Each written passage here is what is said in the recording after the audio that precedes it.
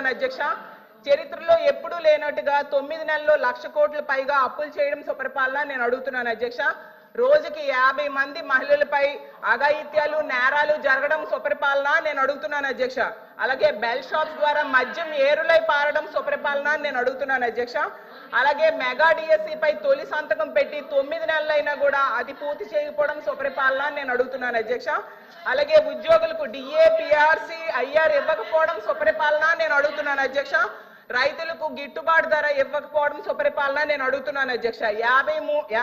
83 లక్షల మంది విద్యార్థులకు అమ్మఒడి అలాగే వీళ్ళు చెప్పిన తల్లికి వందనం ఎగనామం పెట్టడం సుపరిపాలన నేను అడుగుతున్నాను అధ్యక్ష.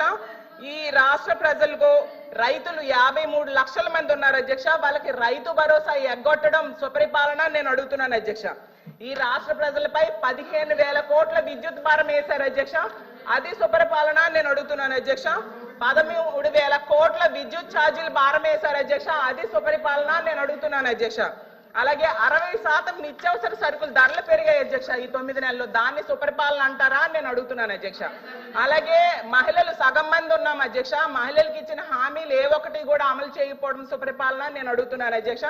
ప్రత్యేక హోదా సాధించే అవకాశం ఉండి కూడా సాధించకపోవడం సుపరిపాలన నేను అడుగుతున్నాను అధ్యక్ష. పోలవరం ప్రాజెక్టు విషయంలో ఎత్తు తగ్గించడానికి కేంద్రం దగ్గర రాజీ పడడం సుపరిపాలన నేను అడుగుతున్నాను అధ్యక్ష.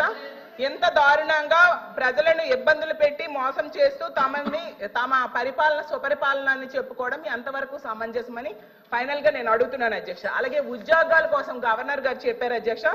9 నెలల్లో 4 లక్షల మంది యువతకు ఉద్యోగాలు ఇచ్చేసామని చెప్పారు అధ్యక్ష. ఎందుకంటే కల్పించబడినవి అన్నారు. అసలు ఏ శాఖలో కల్పించారు, ఏ కంపెనీల్లో ఇచ్చారు, ఎక్కడ ఇచ్చారో తెలియజేయాల్సిందిగా అడుగుతున్నాను అధ్యక్ష. ఎందుకంటే పరిశ్రమలు గ్రౌండ్ అవ్వకుండానే ఉద్యోగాలు ఇచ్చేశారని ఎలా చెప్తారు అధ్యక్ష? 4 లక్షలు కాదు అధ్యక్ష, 9 నెలల్లో 4 ఉద్యోగాలు కూడా ఇవ్వలేదు అధ్యక్ష. గతంలో జగన్మోహన్ రెడ్డి గారు ముఖ్యమంత్రిగా ఉండేటప్పుడు కేవలం 6 నెలల్లో 1,25,000 ఉద్యోగాలు ఇవ్వడం జరిగింది అధ్యక్ష. అసలు చంద్రబాబు నాయుడు గారు అధికారంలోకి వచ్చాక తొలి సంతకం డిఎస్సి మెగా డిఎస్సి మీద పెట్టారు అధ్యక్ష. 6 నెలల్లో మెగా డిఎస్సి అధ్యక్ష చాలా స్పష్టంగా 4వ పేజ్ ఒకసారి దయచేసి గౌరవ సభ్యురాలని చదవమంటున్నారు అధ్యక్ష. To date, investors have pledged investment of 6.5 lakh crores with an employment potential of over 4 lakh jobs. Potential.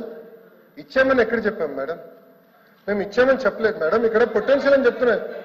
ఎందుకు మీరు తప్పు రాసి చెప్తున్నారు అధ్యక్ష? చూపించండి అధ్యక్ష, ఇది కరెక్ట్ కాదు ఎట్లా ఉందా? తెలుగులో అలా ఉందా? తీయండి, తెలుగు కూడా తీయండి. తెలుగు కూడా వచ్చమ్మా, తెలుగు తీయండి, పుస్తకం తీయండి, నో ప్రాబ్లం. కానీ సత్యదూరం మాటలు చెప్పకూడదమ్మా, సత్యదూరం మాటలు చెప్పకూడదమ్మా. అంటే అనిత గారు చెప్పండి. చెప్పండి. ప్రింటింగ్ మిస్టేక్ పడిందా ఏంటి చెప్పండి. లేదు, 2 లక్షల ఉద్యోగాలు కల్పించాలని లక్ష్యంగా పెట్టుకున్నాం. ఉద్యోగాలు కల్పించాలని లక్ష్యంగా పెట్టుకున్నాం. చూడమండి అధ్యక్ష, ఎక్కడైనా ఏ పేజీ?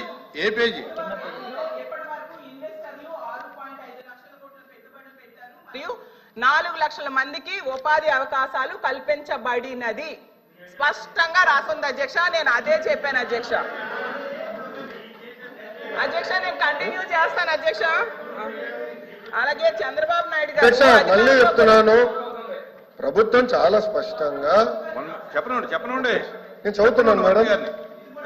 ఇది గవర్నర్ ప్రసంగమే మేడం. Page number 4.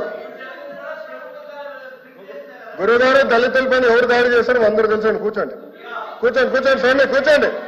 కోర్టుకెళ్ళారు మీరు, కూర్చోండి. కూర్చోండి సార్, మాటలు పెద్ద చెప్పాల్సిన అవసరం లేదు. ఇక్కడ మీకు సంబంధం లేని సబ్జెక్ట్ ఇది, మీకు సంబంధం లేని సబ్జెక్ట్ ఇది. మేడం గారితో నేను మాట్లాడుతున్నా, నేను మేడం గారితో చర్చిస్తున్నా. దళితులపైన మీరు దాడి చేసి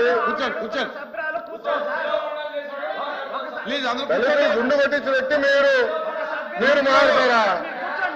మీరు మారుతారా అధ్యక్ష? మీరు ఎట్లా మారుతారు? దయచేసి కూర్చోండి. చాలా